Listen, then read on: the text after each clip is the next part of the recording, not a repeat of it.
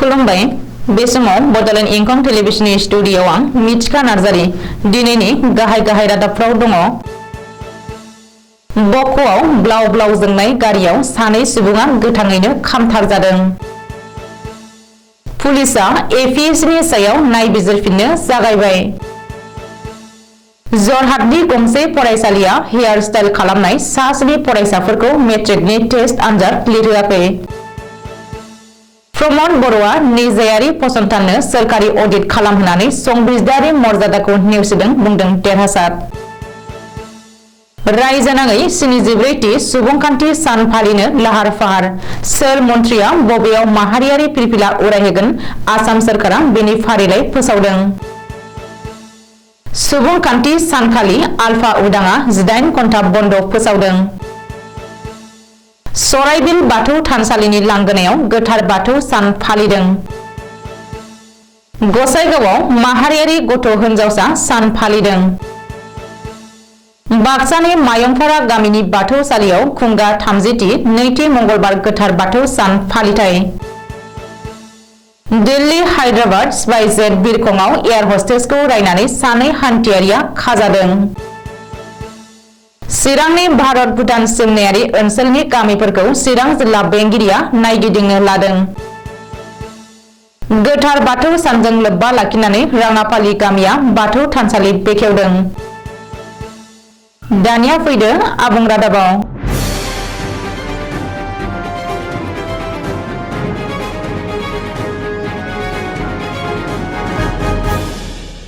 बक'नि बिरफारायाव गिख्रंथाव लामा जाब्रथाय। ट्राक आरो डाम्पारनि गेजेराव जादों बे जाब्रथाया। बे जाथाया ओरैबायदि गिख्रंथावमोनदि गंनैबो गारिया ब्लाव ब्लाव अर जोंखाङो आरो सानै सुबुङा गोथाङैनो खामथार जायो। बे जाब्रथायाव गंथाम गारिजों लोगोसे सानै सुबुङा सेवहांगार जादों। 19 नं राजा लामायाव जादों बे गिख्रंथाव जाब्रथाया।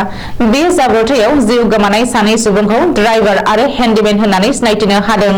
बेनिनो सासेया बक' बामुनिगावनि कृष्ण दास आरो गुबुन सासेया गवालपारा दुधनैनि भद्रेश्वर पाटगिरि। रिपर्ट बायदिब्ला बिरफारानि 19 नं राजा लामायाव आबुङै बाला रड खालामनाय गंसे डाम्पारखौ गुवाहाटी फारसे मोखां खालामनानै लाखिनानै दोनदोंमोन।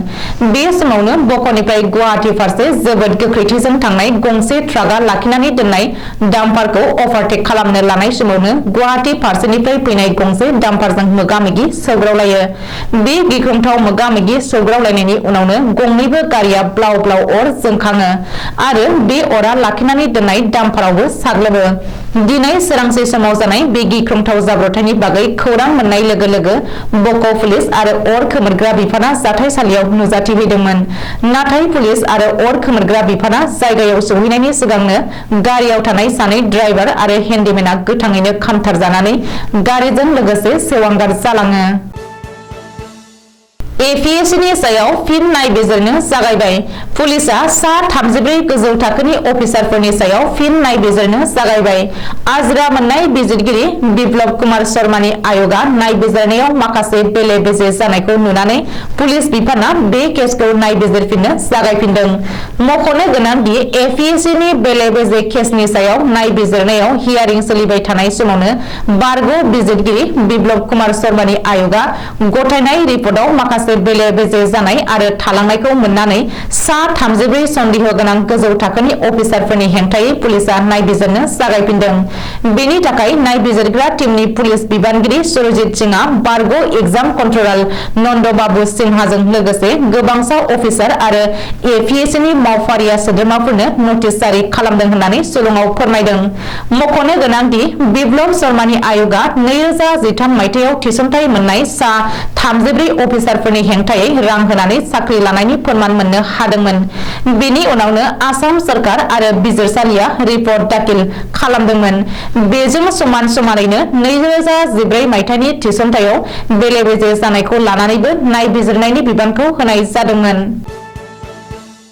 जरहाटआव हेयार स्टाइलखौ लानानै दुंहाव थासारि जरहाटनि गंसे फरायसालिया हेयार स्टाइल खालामनाय सा-7 फरायसाफोरखौ मेट्रिकनि टेस्ट आनजादनिफ्राय एक्सपेल खालामनायनि उनावनो बे दान्थे बिदान्थे आरो दुंहाव थासारिया सोमजिदों। जरहाटनि रेबकान्त बरुवा पाब्लिक स्कुलाव जादों बे जाथाया। फरायसालियाव सोलिगासिनो थानाय मेट्रिकनि टेस्ट आनजादाव सा-7 फरायसाफोरखौ जिरायहोआखै होननानै गोख्रों अजद सिखांदों। मोनथाम आयदानि आनजाद बारग'लांनायनि उनाव ब्रैथि सानखालि सा-7 फरायसाफोरखौ गाहाय फोरोंगिरिया आनजाद लिरहोआखै। रिपर्ट बायदिब्ला जरहाटनि केन्दुगुरियाव थानाय रेबकान्त बरुवा पाब्लिक स्कुलनि गाहाय फोरोंगिरिया हेयार स्टाइल खालामग्रा फरायसाफोरखौ सिगांनिफ्रायनो खानाय सिननो सांग्रांथि होबोदोंमोन। नाथाय गले गले सांग्रांथि होनायनि उनावबो फरायसाफोरा खानाय सिनैनि थाखाय गाहाय फोरोंगिरिया बै फरायसाफोरखौ ब्रैथि सानखालि आनजादाव जिरायहोआखै आरो लिरहोआखै। बबेखानि फरायसालिनि आब्रुथिखौ नायनानै बे थांखिखौ लादोंमोनब्लाबो उननि समाव फरायसाफोरखौ आनजाद लिरहोफिनदों होननानै गाहाय फोरोंगिरिया बुंदों। ओरैहाय सासे फरायसानि दिथागिरिया फरायसालियाव फैनानै सावरायफैनायनि उनावसो आनजादा जोबनो खावसे घन्टाल' सम थानायाव आनजाद लिरहोदों होननानै आनजादनिफ्राय होखारजानाय फरायसाफोरा अजद होदों। मख'नो गोनां दि हेयार स्टाइल खालामनायनि थाखायनो मेट्रिकनि थाखाय गोनांथार टेस्ट आनजादनिफ्राय फरायसाफोरखौ होखारनाय जाथायखौ गोख्रों फिनजाथाय होदों अखिल भारतीय विद्यार्थी परिषदआ आरो गोनांथार आनजादनि समाव फरायसालि खुंथाया बेबायदि गोख्रों राहा लानो नाङामोन होननानै बुंदों। बीपीएफ खुंथायनि समाव 1,900 कोटी रां बेले-बेजे जानायनि सायाव देरहासात बसुमतारिया खेंफोरथि होदों।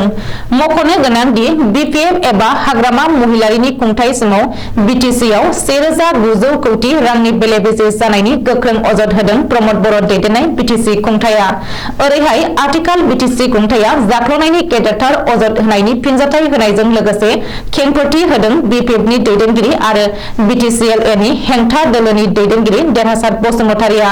अजद होनायनि सायाव देरहासात बसुमतारिया बुंदों दि अडिट जेनेरेलनि जोहैसो सोरखारि अडिटखौ खालामनाय जायो। रावबो निजेयारि फसंथाननि जोहै सोरखारि अडिट खालामनाय जाया। बबेखानि प्रमद बर'आ सरासनस्रा रायजो राजाफोरखौ खैफोदनि लामायाव लांदों होननानै अजद होनानै देरहासात बसुमतारिया बुंदों दि प्रमद बर'आ निटकन मुंनि निजेयारि फसंथाननि जोहै सोरखारि अडिट खालामनानै संबिजिदारि मर्यादाखौ नेवसिदों आरो अडिटर जेनेरेलखौ लाजि फोनांदों। मख'नो गोनां दि बीपीएफनि 15 बोसोर खुंथायनि समाव बोसोरफ्रोमबो अडिटर जेनेरेलनि जोहै अडिट खालामनाय जादोंमोन। नाथाय प्रमद बर'आ संबिजिदारि मर्यादाखौ नेवसिनानै निजेयारि फसंथाननो सोरखारि अडिट खालामहोदों आरो रायजो राजाफोरखौ खैफोदनि लामाजों लांदों होननानै हेंथा दोलोनि दैदेनगिरि देरहासात बसुमतारिया बुंदों। बेजों लोगोसे सरासनस्रा रायजो राजाफोरखौ खैफोदाव नारसोनायनिफ्राय गोजानाव थानांगौ होननानै सांग्रांथि होदों। आसाम नाङै दरफ्रोमबो जिल्ला आरो महकुमायावनो सोरखारि भाबै 74थि सुबुंखान्थि सान फालिनो गोख्रों लाहार-फाहार खालामगासिनो। आसाम सोरखाराबो 74थि सुबुंखान्थि सान फालिनो थियारि खालामदों। बे समावनो आसामनि सोर मन्थ्रिया एबा सोर राजखान्थि दैदेनगिरिया बबेनि सुबुंखान्थि सान फालिनायाव मोनथाम गाबनि माहारियारि फिरफिलाखौ उरायहोगोन बेनि फारिलाइखौ आसाम सोरखारा फोसावदों। आसाम सोरखारा फोसावनाय फारिलाइ बायदियै मन्थ्रि रन्जित कुमार दासआ कामरुप जिल्लायाव, मन्थ्रि अतुल बराया गलाघाट जिल्लायाव, मन्थ्रि उरखावगोरा ब्रह्मआ बाक्सा जिल्लायाव, मन्थ्रि चन्द्रमोहन पाटवारिया जरहाट जिल्लायाव, मन्थ्रि परिमल शुक्लबैद्यआ हाइलाकान्दि जिल्लायाव, मन्थ्रि केशव महन्तआ तेजपुराव, डक्टर रनज बेगुआ नगाव जिल्लायाव, अशोक सिंघालआ नलबारि जिल्लायाव, जोगेन्द्र मोहनआ डिब्रुगड़ जिल्लायाव, सन्जय किसानआ तिनसुकिया जिल्लायाव, अजन्ता नेउगा शिवसागर जिल्लायाव, बिमल बराया नर्थ लखिमपुर जिल्लायाव, पीयूष हाजरिकाया मंगलदैयाव, नन्दिता गार्लसाया सिलचराव, जयन्त मल्ल बरुवाया धुबरी जिल्लानि सुबुंखान्थि सान फालिनायाव माहारियारि फिरफिला उरायहोगोन। गुबुन फारसे बिटिआरनि गाहाय प्रमद बर'आ क'क्राझार, बिटिआरनि लेङाइ गाहाय गबिन्द चन्द्र बसुमतारिया उदालगुरियाव माहारियारि फिरफिला उरायहोगोन होननानै सोरखारि फोसावथायाव फोरमायदों। बेबायदिनो कार्बि आलं अट'नमास काउन्सिलनि गाहाय तुलिराम रंहांआ डिफुआव आरो डिमा हासावनि गाहाय देबुलाल गार्लसाया हाफ्लंआव 74थि सुबुंखान्थि सान फालिनायाव बाहागो लानानै मोनथाम गाबनि माहारियारि फिरफिला उरायहोगोन होननानै फोसावदों। सोरखारजों होबथानानै दोनजानाय उदखारि आफाद आलफा उदांआ देग्लायनि 74थि सुबुंखान्थि सान फालिनायखौ फिन बयकट खालामदों। आल्फा उदांजों लोगोसे गुबुन हाथियार लाग्रा आफादफोरा सुबुंखान्थि सान फालिनायखौ बयकट खालामदों। 74थि सुबुंखान्थि सान फालिनायखौ बयकट खालामनानै परेश बरुवा दैदेननाय आल्फा उदांआ फैगौ 26 जानुवारि खालि 18 घन्टा आसाम बन्द फोसावदों। मिथिनो हानाय बायदिब्ला 26 जानुवारि खालि हर गेजेरनि 12 रिंगानिफ्राय मोनाबिलि 6 रिंगासिम गासै 18 घन्टा आबुं आसाम बन्द फोसावदों आल्फा उदांआ। सुबुंखान्थि सानखालि NSCNK आबो बन्द फोसावदों। नाथाय गासैबो रोखोमनि इमारजेन्सि सिबिथाय, मिडिया, धोरोमारि हाबाफोरनि थाखाय बन्दनिफ्राय रेहाय थागोन होननानै आल्फा उदां, NSCN आरो GPRN आ जथाय फोसावथाय होनायनि गेजेरजों फोरमायदों। थांनाय बोसोरनि 15 आगस्त उदांस्रि सान फालिनायखौबो आल्फा उदांआ बयकट खालामदोंमोन। मख'नो गोनांदि आल्फा उदांआ 40 बोसोरनि उनाव थांनाय बोसोरनि सुबुंखान्थि सान फालिनायखौ बयकट खालामाखैमोन आरो रायजोआव जेबो होबथानाय फोसावाखैमोन। नाथाय देग्लाय आल्फा उदांआ सुबुंखान्थि सान फालिनायखौ फिन होबथादों। बेखौबो मख'नो नांगोनदि 26 जानुवारि सुबुंखान्थि सानखालि सरस्वती फुजाबो फालिगोन। बेबायदि थासारियाव आल्फा उदांनि आसाम बन्द फोसावनाया रायजोआव माबायदि गोहोम गोग्लैयो बेखौ समाजो खिन्थासिगोन। दिनै गुबुन जायगायाव बाथौ सान फालिनाय बायदिनो गसाइगाव महकुमानि सिङाव थानाय सराइबिलनि गोथार बाथौ थानसालिनि लांगोनायाव दुलाराय बाथौ कअर्डिनेशन आफादा सिगांनि बोसोरफोराव फालिबोनाय बायदिनो देग्लायबो बाथौ फोनांजाब आफादनि बानजायनायाव दिनै गोथार बाथौ सानखौ गाजा गोमजायै फालिदों। CINI आन्डार MCCG इन्डिया ग्यास ममेन्टामनि बानजायनायाव दिनै गसाइगाव महकुमानि सिङाव थानाय हावरियापेट PHDCनि नब्लाङाव दिनै नेशनेल गार्लस चाइल्ड डे सान फालिदों। बे हाबाफारियाव गाहाय आलासि हिसाबै नुजाफैयो गसाइगाव महकुमा बेंगिरि अरनायक सैकिया, लोगोसे साबकाटा आउटपस्टनि IC शिवा प्रसाद कलिता, लोगोसे गोबां उन्दै गथ'सा हिनजावसाफोरा बे हाबाफारियाव बाहागो लाफैदों। बाक्सा जिल्लानि सालबारि महकुमानि बेन्दोंआव थानाय माहारियारि मानास हाग्रामानि साखाथियाव थानाय मायंपारा गामिनि बाथौसालियाव खुंगा 30थि नैथि मंगलबार गोथार बाथौ सान फालिथायखौ साननैनि हाबाफारिजों खुंफुंनाय जादों। दिनै मागो दाननि 11 अक्ट' नैथि मंगलबार मागो दाननि नैथि मंगलबारखौ मुलुगनि गासै बर' माहारियानो बाथौ सान हिसाबै फालिनाय जायो। दिनै मायंपारा गामिनि बाथौ थानसालियावबो गामिनि गासै रायजो राजाफोरा ज' फैनानै गावजों गाव मदद होलायनानै गामिनि बाथौ थानसालियाव नैथि मंगलबार गोथार बाथौ सानखौ मेहेरगोनाङै खुंफुंदों। बे फालिथायाव फुंनिफ्रायनो बाथौ थानसालियाव बाथौनि फिरफिला बिरहोनायजों लोगोसे आरज मेथाइ रोजाबनाय आरो मोनाबिलि समाव खन्थाइ आवरायनाय बादायलायनाय हाबाफारिबो लाफानाय जादों। मोनाबिलि हारिमुखौ बेखेवगिरि महरै बाहागो लायो मायंपारा गामिनिनो आफादगिरि आरो नेहाथारि, लोगोसे बान्था राननाय हाबाफारि।